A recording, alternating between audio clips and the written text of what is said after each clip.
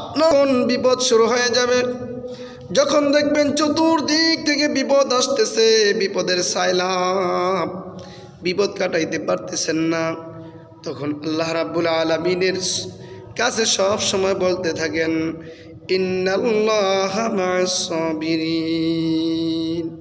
আল্লাহ তুমি আমাকে কি দাও? সবর করার তৌফিক দান করো।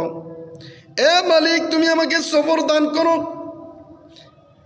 আর বলবেন, এই দোয়াটা বেশি বেশি করে পড়বেন, হাসবুনাল্লাহ নি'মাল ওয়াকিল নি'মাল মাওলা ওয়া নি'মান নাসির। এই দোয়াটার এত সুন্দর অর্থ। আল্লাহ বলেন হাসবুনাল্লাহ, যখন আপনি বলবেন আল্লাহ তুমি আমার জন্য যথেষ্ট, নি'মাল ওয়াকিল তুমি আমার